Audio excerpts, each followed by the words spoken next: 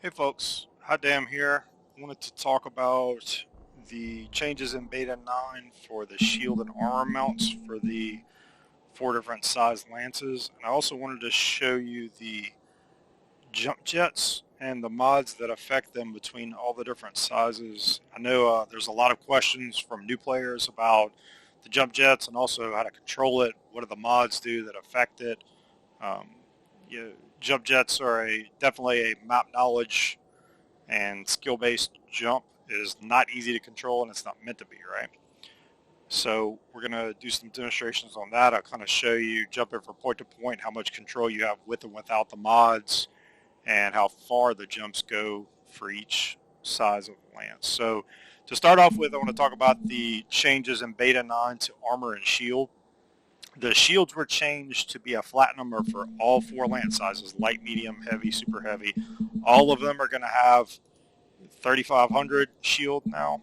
Uh, that's a change where they used to have different amounts of shields per, but the armors have gone up pretty significantly for all 4 also. So the armor for a light has gone up to 5,000, a medium is 7,000, and a heavy is 8,500.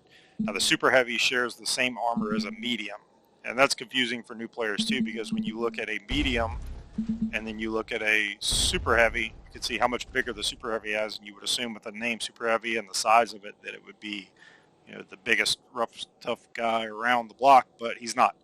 He trades off a lot of armor to be able to use the extra weapons. So he does the most damage, has the lowest mobility, and has an armor shared with the same thing as the medium, the 7,000.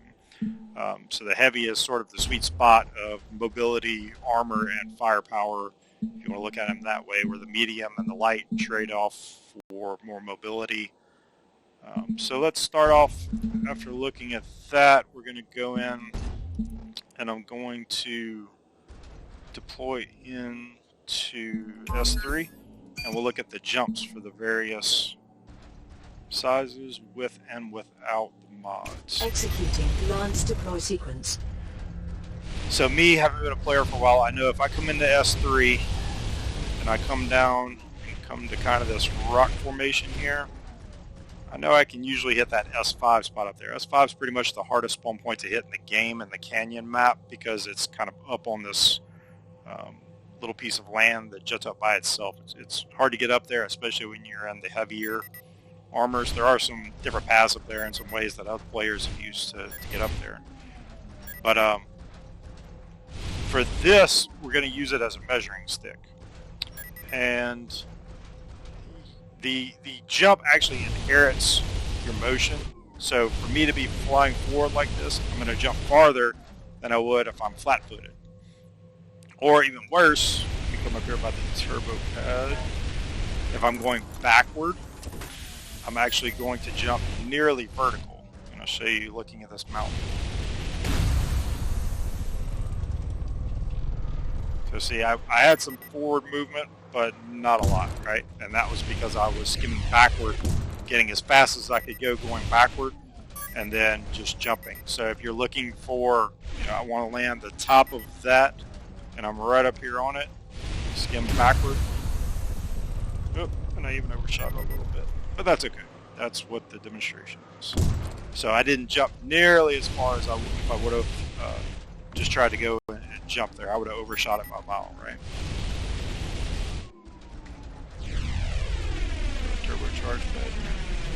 So let's look at, we're going to do what I call flat-footed jumps down here by these rocks.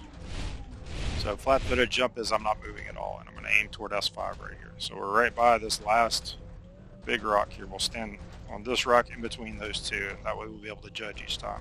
So a flat-footed jump and a light with no mods is going to land me right on that rock at the edge there. See, that's about how far I went. And I'm going to pop down here, and for the sake of measurement, we'll self-destruct right there, because I would have fallen down anyway.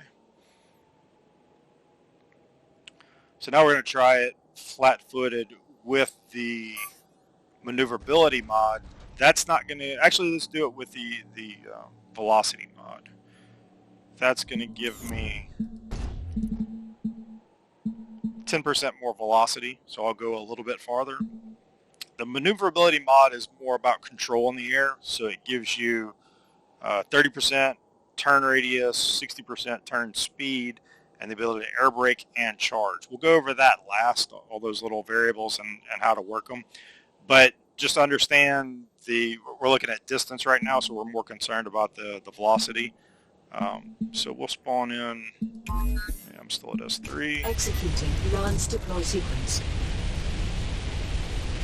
Come back to our rock right here in between the two, and a flat-footed jump toward S5. You can see where my other landed right there. So I turned a little bit to hit this ridge, but you can see what we gained coming from there. Self-destruct there, so you can see you gained a little bit more just from that 10%. And the light being the most mobile with the biggest jump, he is going to gain more off of that than, say, super heavy or heavy. So let's look at a medium now. Medium unmodded. I'm already set to S3, so I know I can use deployed, which I tell you guys never to use because you get in trouble with it. Alright, back to our rock. So this is completely unmodded. Pointed S5, and I jump.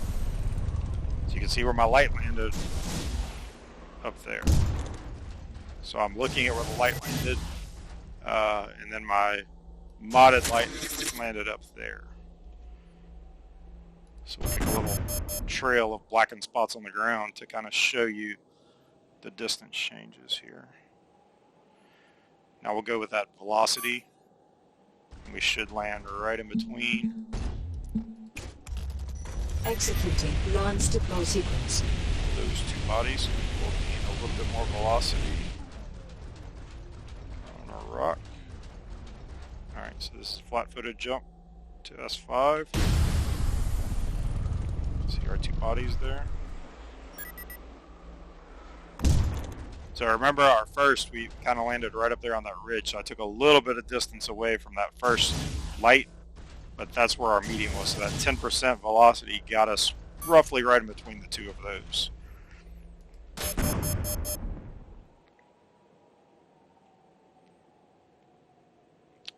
Now we'll hop over on a heavy. So the medium is still in the area of a light, right?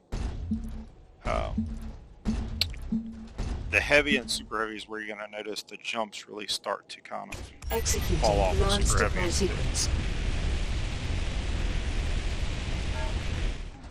Let's get on our rock there. Pointed S5, flat-footed jump. So you can see that's pretty far back. There was our medium right there. And then if we add in the velocity mod, we should hit roughly right in between where the medium and the heavy is. So we've got our mods ready to go here.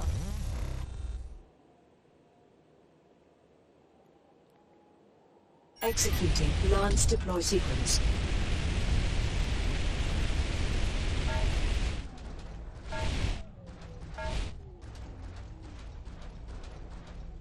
Pointing at S5, flat-footed. So there's our medium. There you go. There's our heavy. There's our medium. And we jump from back there. So you can see the heavy, if you're looking to use that to escape, he's probably, you would need to go vertical. You're not going to get any distance enough to be able to run from somebody.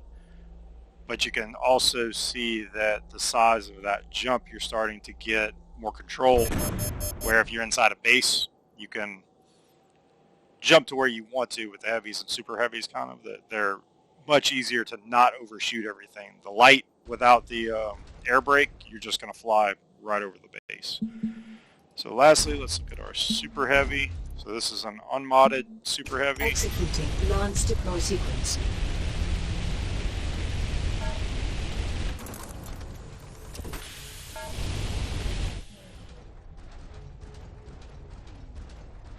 Alright, flat-footed toward S5.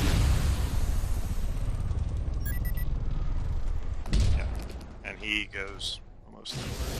There's your heavy. There's where you jump from. So super short jump, but like I said, you can use it to go vertical inside bases. Much more predictable, I would say, inside bases to be able to say where you're going to go. Definitely not an emergency jump, though. Not without having something you can jump up onto that, or something over that maybe they can't follow you easily. And just for the sake of completeness, we'll show it with mods. Executing Lance deploy sequence.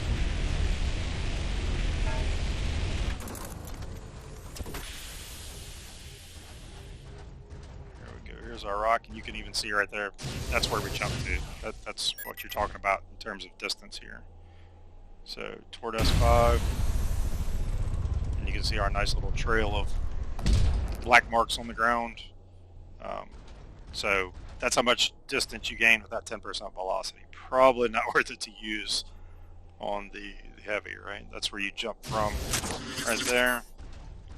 That was a heavy. There was your modded heavy.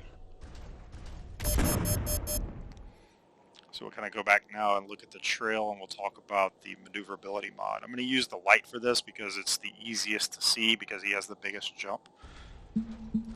So go back over here. So he's using jump jet enhancer, which is the extra velocity and recharge speed, so you get faster jumps. And he's using the maneuverability.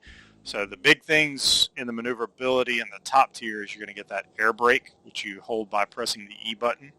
And that does give you a lot of control to be able to make bases or make jumps inside bases to be able to land in certain places. And then you can also charge the fuel. So if you get good at that, you don't even need to use the air brake. You can just say, oh, that looks like about a 30% jump. And let me show you how that works. Executing Lance deploy sequence. So real quick, before the black marks disappear, let's go look at our trail here.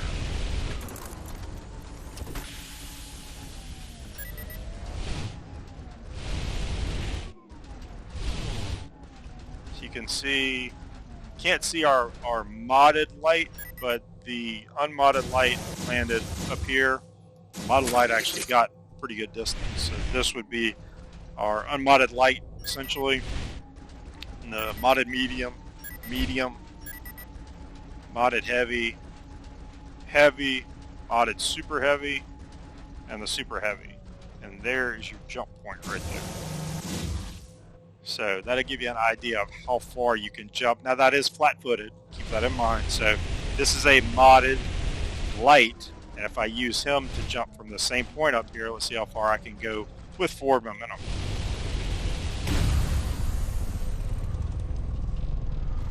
So there you go. With that forward momentum, not flat-footed like we were doing for our testing, I could land that S5 jump from up there. And that's kind of what I use coming out of S3 to know where that jump is. That's my easiest way that I know to get to S5, that I'm going to hit it pretty consistently every time. Unless something's going on that I didn't take into account, like I get bonked in the air, somebody bumps into me, something like that. So you can see our trail going over there. So let's talk about the maneuverability first. I'm going to make a jump from, I'm going to come down here to the turbo pad. Using more grid so I can teleport around a little bit. So turbo pads are important, and I'll tell you why. Is you can hit them and you see it refreshes your skim fuel and your jump fuel. So if you know where these are in bases, you can use them and you can get your jump back, so you can do a jump to get away. You can get your skim fuel back so you can skim around more, because walking around stinks, right?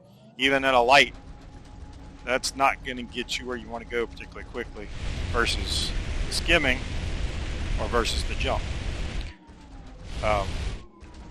If you want to be able to use the enemy's turbo pads, because we have this because we've taken the B base right there, you have to use at least the tier 2 double agent mod, and I highly recommend it. I hit turbo pads all the time, mine and enemies, and also use the teleporters, mine and enemies, a lot. So that's a great mod to use. A lot of people have gotten turned on to it, say over the last 3 betas or so, and it's pretty standard loadout for a lot of people.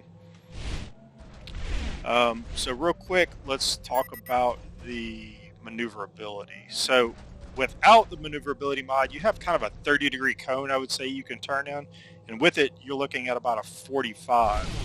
So with it, I'm going to go straight forward and I'm going to turn. You can see how far I can hook over there. So I made it way over here while pointing toward A, right? Let's go back and look at without. Let's see how far I can hook over. I don't think I can make this anywhere near this ridge.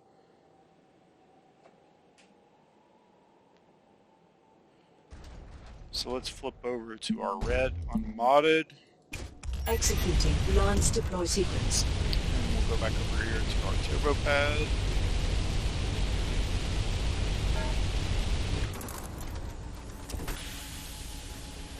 Since we're low on skim, we'll use it to refresh. So I'm looking at A here. I jump toward it, I'm going to hook. So you can see my hook just isn't as big, and I missed the distance because I don't have that velocity modifier either. So that's a pretty, like I say, I would say it's about a 30-degree arc without maneuverability and about a 45 width. It does allow you to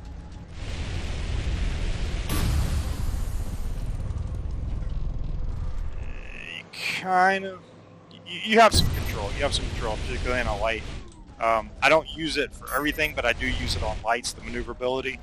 The others, I don't find it makes that big of a difference because your jump's just not that big. You could argue for maybe for the medium, but for the light,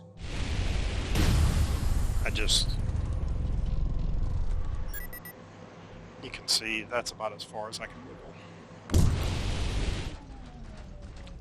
Let me go back and show you one more time with it. That was without the mod, and I'll do that wiggle back and forth from the turbo pad jump to get you a picture. And then we'll talk real quick about the air brake. Executing Lance deploy sequence. Charge.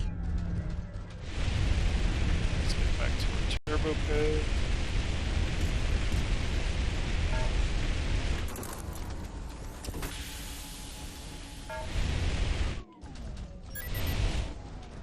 Alright, so I'm jumping toward A, this skim. So look how big of a hook that is compared to what we saw. And I could pretty easily land that same jump with that extra velocity. One of the reasons I like to jump back and forth here is there's a turbo pad right down here. So I can kind of jump between the two turbo pads to test with. So now we're going to talk about the air brake. I'm going to jump. I just hold down the jump button and look at that. I can make that jump much shorter where before I could have made it pretty much all the way between those turbo pads, right? So that's nice for being able to hit landings on places inside bases. Even with the light, you normally couldn't do that. You would just overshoot the base. And then the second part of that mod is that you're able to charge your jump. So normally if I just hit the jump, I'm getting the full speed jump like this.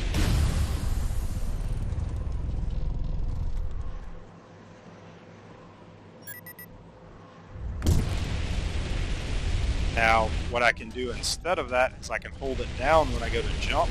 Now, this is using that maneuverability mod, tier 5 maneuverability mod, but I can hold it down, and look, that's about a 25-30% jump. Now, I've got to wait for it to go all the way back up before I can do it again, but it gets there quicker because I didn't use the fuel, right? So a little bitty jump. Say a 75% jump. So if you know how to work that, say, oh, this is about a 50% jump, this is about a 30% jump, you can use that instead of using all of your fuel and then having to air brake over it. So let's say, what do I need to get to that? I'm going to say about a bunch. A little bit short, but it's in the neighborhood.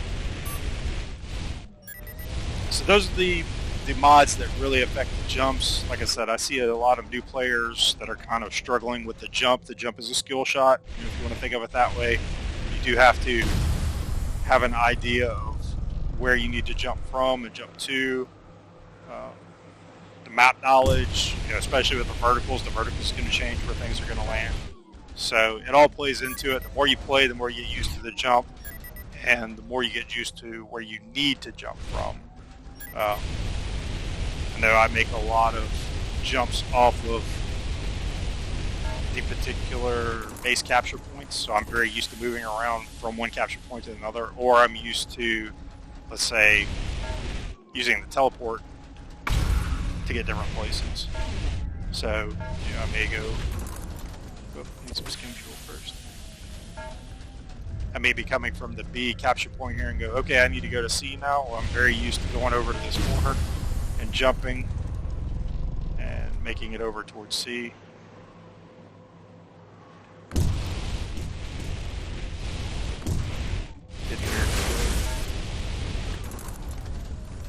So it's all about the map play.